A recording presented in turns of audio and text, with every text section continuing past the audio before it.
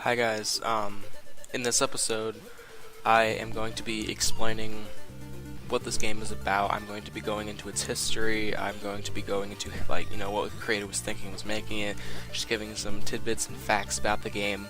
I'm going to be doing this with every game that I Let's Play. I'm just going to do one episode, probably episode 2, where I'm just going to, get as much information about the game as I can in the time that the video allows.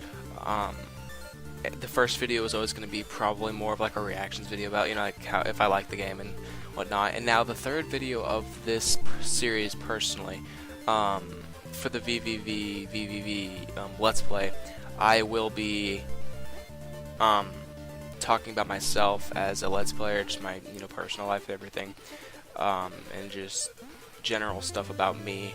I'm gonna have the gameplay playing in the background, so that you guys can see, it's still Let's Play, I'm still going through it and everything, so you guys can see what's going on. But this episode is going to be dedicated to the information about the game. So I would like to start off with name pronunciation. For those of you that don't know, again, I'm sure some of you know some of this information. I'm putting all of it out there for those that don't know, so that I get everybody involved. This game's name can actually be pronounced in 3 different ways, officially. It has 3 official pronunciations of the name. There's VVVVVV, V's as in VS, V's, or just V. A lot of people get confused, and trust me when I'm talking about this game to like my friends or something, and yes, I do talk about this game a lot. I like this game. I always say and just rush really fast, but again, that's just because it's habit. Those are the 3 different ways to say it. What the origin of this game? So, the developer's name is Terry Kavanagh, I believe. I think it's Kavanagh. If I'm wrong, please correct me on that in the comments. But whenever I'm mentioning the creator, just know that I am talking about Terry Kavanagh. I can't say that. Kavanagh. The game was originally made as a Flash game. The graphic style, he wanted to recreate a game that he would have wanted to play when he was a child, and the system he had when he was a child was a Commodore 64. So he was creating a game that, I guess you could call it like a childhood memories game, maybe? Now, the gameplay mechanics. He had previously made a game called Sine Wave Ninja, and there was a mechanic in the gameplay, much like V, where you would flip, instead of jumping, you would flip gravity. He wanted to create a game solely based on that one mechanic. He wanted an entire game, just for the flipping of gravity. But a lot of his older games, a lot of his older work, there's a couple different games he's made, including Super Hexagon, which I'm actually going to do a let's play / review of that next. Super Hexagon, or originally Hexagon, is also gameplay oriented. Now, the rest of his games that he had made before V, they were story based. This was the first game that he had wanted to create that was not about the story. He was tired of making story based games.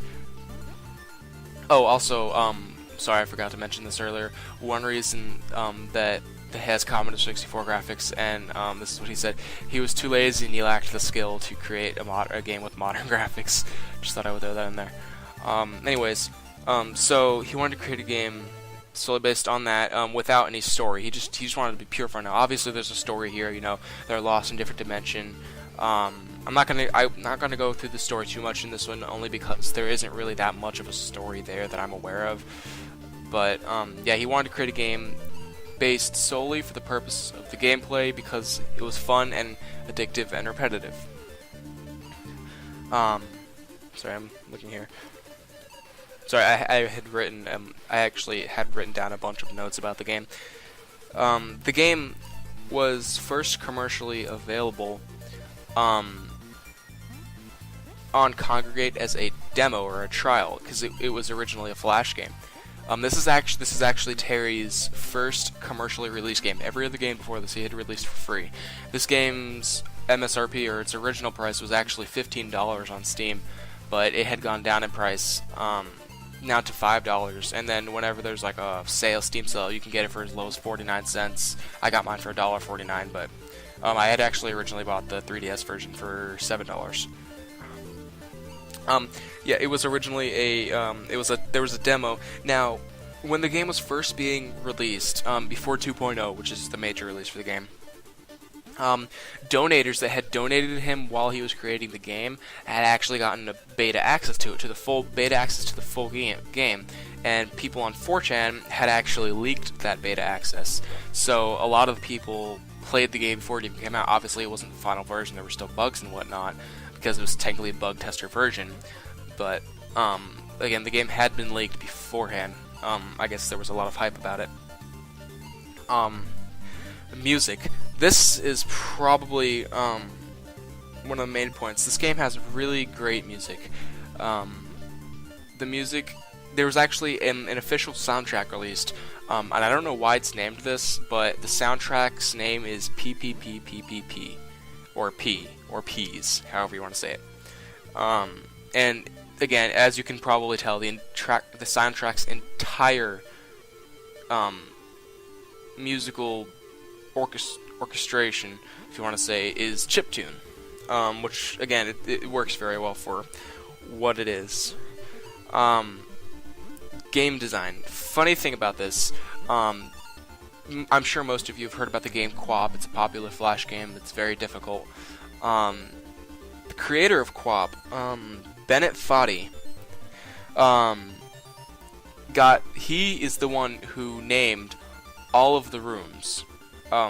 When he'd gone back through, after the game's completed, they wanted to name the rooms. As you can see, if you look at the bottom of my gameplay, it has a name for every single room in the entire game, and he named every single one. Nobody else. He named every room in the entire game.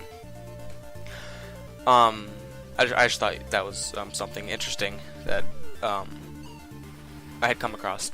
Another interesting thing I had come across is, obviously many of you have heard about that annoying game Flappy Bird that everybody seems to be raving over right now. There's actually, I haven't played it myself yet, but I plan to, and I'll probably do a Let's Play of that too.